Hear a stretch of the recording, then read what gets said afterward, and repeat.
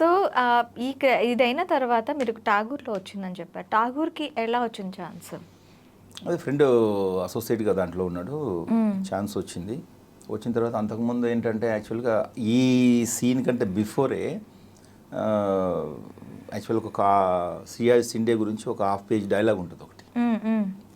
చిరంజీవి గారికి explain చేయాలన్నట్టు. CR Shinde ఏమేమి చేశాడు ఏంటనేది అకృత్యాలని చెప్పాలి. మా ఫ్రెండ్ ఏం చేశాడు, ఆ స్క్రిప్ట్ని వేరే అతనికి ఇచ్చాడు. అతను చదువుతూ ఉన్నాడు. నేను వెళ్ళి చూసేసి దాచుకుని చదువుతున్నాను అన్నట్టు. ఈ డైలాగ్ ఇంక ఈయన కాడిపోద్దు అని వెళ్ళలేదు. దాన్ని అట్లాగా చదివేదని చెప్పేసి నేను ఒక 3-4 టైమ్స్ చదివేసి అతను చెప్పా, ఇక్కడ పాజ్ ఇవ్వాలి, ఇక్కడికి ఇట్లా ఎమోషన్ ఇట్లా చేయాలని.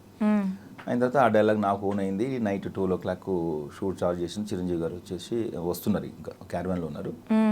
వినాయక్ గారు డైరెక్టర్ గారు వచ్చేసేసి చెప్పు డైలాగ్ అంటే మనోడు చెప్పలేకపోతున్నాడు. నేను చెప్తాను చెప్పేసి నేను చెప్పేసా. నీకు ఇవ్వలే కదా అంటే నేను ఒకసారి చూశాను సార్, ఆల్రెడీ నాకు వచ్చింది డైలాగ్ అని చెప్పేసి అన్నగా చెప్పించారు. బాగుంది. నెక్స్ట్ ఒక 2-3 days తర్వాత ఈ సీన్ వచ్చింది. డైరెక్టర్ గారు అది గుర్తు పెట్టుకొని రండి తను గోవర్ధన్కి ఇవ్వండి ఈ క్యారెక్టర్ అని చెప్పేసి ఇచ్చాడు అన్నట్టు.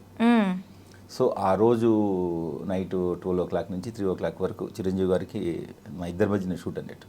3 hours షూట్. 3 hours shoot. అసలు it was memorable in my life. ఇక అంతకంటే ఎక్కువ అది వండర్ఫుల్. నిద్ర కూడా పట్టలేదు ఇక చిరంజీవి గారిని నేను సైతం అది నేను అప్పుడు రాసిన దీనికి కరెక్ట్గా ఆ యాప్ట్ అనేది నిజంగా కరెక్ట్గా ఆ పాటకి కరెక్ట్గా ఆ మూవీ సరిపోయింది. నా డైలాగ్ కూడా ఉంటుంది కదా, వచ్చేసి చిరంజీవి గారు వస్తారు. అప్పటికి నాతో ఫోన్లో మాట్లాడుతుంటారు. మాస్టర్ మీరు దొరకంది మన ఉద్యమాన్ని మన నాయకుని ఎవరిని వదిలిపెట్టారట అంటే ఈలోగా సిఆర్ షిండే వాయు దిగ్బంధం అనే ఒక కళతో కింద పడిపోతాడు. నేను లేపుకున్నాను, చేతులు కొడతాడు, నేను కింద పడతాను. ఇదంతా చిరంజీవి గారు వింటుంటారు. వస్తాడు, వచ్చి రాగానే నేను చావు బతుకు మధ్యలో ఉంటా. వచ్చేసి ఏమైంది రఘు అనగానే అది సీన్ రివీల్ అవుతుంది. హాస్పిటల్కి పోదాం పద అంటే వద్దు మాస్టర్, నేను బ్రతకను, మన ఉద్యమాన్ని బ్రతికిందండి, నేను సైతం ప్రపంచాగ్నికి సమిధనొక్కటి అనుకుంటూ పడిపోతానట. సార్ అది మీరు ఆ సీన్ గుర్తెచ్చుకొని చెప్తున్నారేమో, మీ ఐస్లో టీయర్స్ వస్తున్నాయి. సో అట్లా అప్పుడు అక్కడి నుంచి చిరంజీవి గారు ఇక ఆ సాంగ్ డిడి అనుకుంటూ వెళ్ళిపోతుంది. అది దానికి నేషనల్ అవార్డు వచ్చింది. అవును. సో ఆ తర్వాత లైఫ్ టర్న్ అవుతుంది అనుకున్నాను యాక్చువల్గా. ఎందుకు బ్రేక్ తీసుకున్నారు ఆఫ్టర్ దెన్? తీసుకున్నారా, ఇచ్చారా? అది కానీ ఇక అవకాశాలు రాలే. అప్పుడు జనరల్గా ఏంటంటే ఆ స్టేజ్లో 35 అట్లా ఆ ఇయర్స్ వాళ్ళకి ఎక్కువ ఛాన్సెస్, మెయిన్ విలన్ కానీ లేకపోతే క్యారెక్టర్ ఆర్టిస్ట్ కానీ ఒక హీరో ఫ్రెండ్స్కి కానీ ఆ ఏజ్ వాళ్ళు చిరంజీవి గారు కానీ బాలకృష్ణ గారు కానీ వెంకటేష్ నాగార్జున వీళ్ళందరూ ఏజ్ 10 years 15 years గ్యాప్ ఉంటుంది కదమ్మా. ఆ ఏజ్ వాళ్ళకి ఎక్కువ అవకాశాలు ఉండేవి.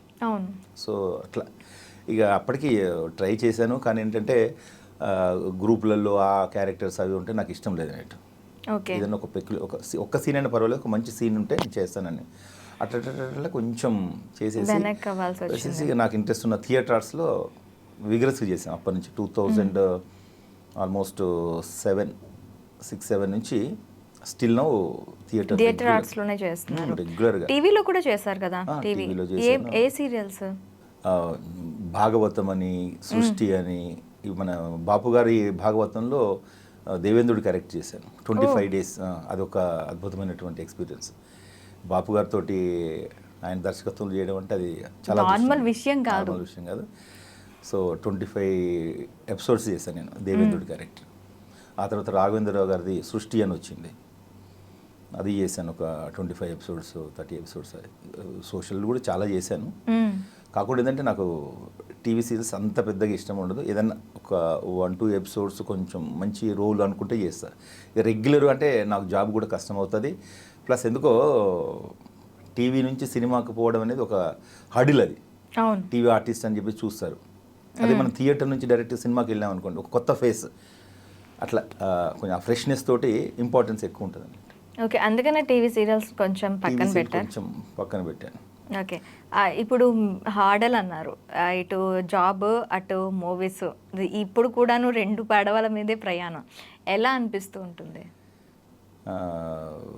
అట్లా ఏం లేదండి, నాకు ఇక్కడ ఫిజిబిలిటీ బాగుంటుంది. ఇక్కడ ఎడ్యుకేషన్ డిపార్ట్మెంట్ కాబట్టి రెగ్యులర్గా ఏంటంటే మనకు అవుట్ ఆఫ్ 365 డేస్లో 220 వర్కింగ్ డేస్ ఉంటాయి.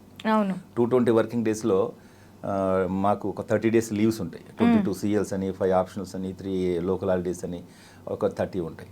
అంటే 220లో 30 పోతే 190 days. Almost half of the డేసే మేము వర్క్ చేసేది కదా. అవును. సో దాంట్లో కూడా మనం ఇంకా స్పెషల్ ఈ లీవ్స్ ఇంకా వేరే మెడికల్ లీవ్స్ అవి ఉంటాయి. ఎమర్జెన్సీ కూడా లీవ్ పెట్టుకుని వెళ్ళిపోవచ్చు, అట్లా లేదు. అంటే మాక్సిమం టీచర్స్ 150 డేస్ వర్క్ చేస్తారా ఇయర్లో? 180 డేస్ చేస్తారు, 190 డేస్ చేస్తారు. And kidding. అంటే వాస్తవం, ఎందుకంటే అది కరికులమే అట్లా ఉంటుంది. అది సమ్మర్ హాలిడేస్ ఉంటూనే ఉంటాయి, వింటర్ హాలిడేస్ ఉంటూనే ఉంటాయి, మధ్యలో దసరా హాలిడేస్ ఉంటూనే ఉంటాయి. సో మీకు ఈ జర్నీలోని కంప్లీట్గా మీరు కంప్రెస్ అయినట్టు అబ్బా ఇంకా ఏదో ఒకటి వదిలేసుకోవాలి అన్న దీంట్లోకి ఎప్పుడైనా వచ్చారా? ఆ ఫీల్ అయితే నాకు లేదు, ఎందుకంటే ఆ జాబ్లో కొంచెం ఫ్లెక్సిబిలిటీ ఉంది కాబట్టి. ఇక్కడ బిజీ అయ్యి ఇక మనం ఇక రెండింటి మేనేజ్ చేయలేము అన్నటువంటి పరిస్థితి వచ్చినప్పుడు డెఫినెట్గా నేను. కమింగ్ టు ద ఫ్యామిలీ ఎలా తీసుకున్నారు? అంటే పేరెంట్స్ అంటే ఓకే, మనకి కొంతమంది పేరెంట్స్ ఉంటారు, ఓకే నువ్వు ఎలా ఉన్నా నువ్వు బాగుండాలి అనుకునే ఒక పేరెంట్స్ ఉంటారు.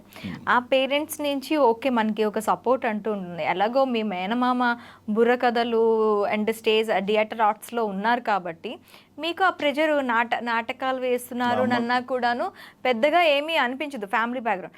ఆఫ్టర్ దెన్ మ్యారేజ్ అయిన తర్వాత మీకు ఆ కాన్సిక్వెన్సెస్ అవన్నీ ఫేస్ చేయడానికి ఈజీ అయ్యిందా? కొంత ఇబ్బందికరంగానే ఉండేది.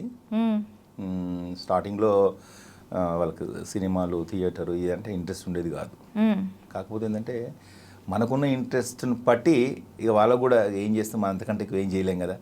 సరే ఉద్యోగం చేస్తున్నాం, మనం ఉద్యోగం వదిలిపెట్టయితే మనం తిరగట్లేదు, ఫ్యామిలీని చూసుకుంటున్నాము, ప్లస్ ఖాళీ టైంలో దానికి స్పెండ్ చేస్తున్నాం. వేరే రకం కాకుండా ఉన్న టైంలో ఆ టైం మేనేజ్మెంట్ చేసుకొని జాబ్ కాకుండా మిగతా ఈవినింగ్ అవర్స్ ఉంటాయి అనుకోండి, అప్పుడు రిహార్సల్స్కి వెళ్ళటము, అట్లా రెండింటిని మేనేజ్ చేస్తున్నాం. రెండింటిని కాదు, మూడింటిని, ఫ్యామిలీని, అటు జాబ్ని, ఇటు మూవీస్ని, రెండింటిని. జాబ్ అసలు ఎందుకు ఎస్ఏ జాబ్ని ఎందుకు వదిలేసారు సడన్గా?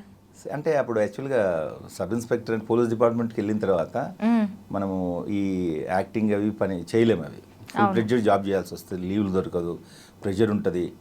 సో ఇదైందనుకోండి ఒక ఇండివిజువాలిటీ ఉంటుంది ఇక్కడ. సో మనం ఏమైనా అవసరం ఉన్నప్పుడు లీవ్ పెట్టుకోవచ్చు. సో దానివల్ల ఈ జాబ్ చూస్ చేసుకోవడం జరిగింది అన్నట్టు. ఓకే, ఇప్పుడు అంటే నెక్స్ట్ ఏ ప్రాజెక్ట్స్ చేస్తున్నారు ఇప్పుడు? రాజుగాడు రాజయ్యాడు అని చెప్పేసి ఒక మూవీ ఫుల్ ప్లెడ్జ్డ్ నేను మెయిన్ విలన్ చేస్తున్నాను. తర్వాత ఇప్పుడు రీసెంట్గా రిలీజ్ కావడానికి జితేందర్ రెడ్డి అని ఒకటి మూవీ రిలీజ్ ఉంది May 10th. అది ఇంకొక విలన్ క్యారెక్టర్స్ చేస్తున్నారు. అట్లేం లేదు, ఇప్పుడు దీంట్లో జితేందర్ రెడ్డిలో ఒక powerful superintendent of police. Okay, మళ్ళీ ఇక్కడ ఎస్ఐగా కనిపిస్తున్నారు. ఎస్పీ ప్రమోషన్ వచ్చింది. ఓకే, ప్రమోషన్ వచ్చింది.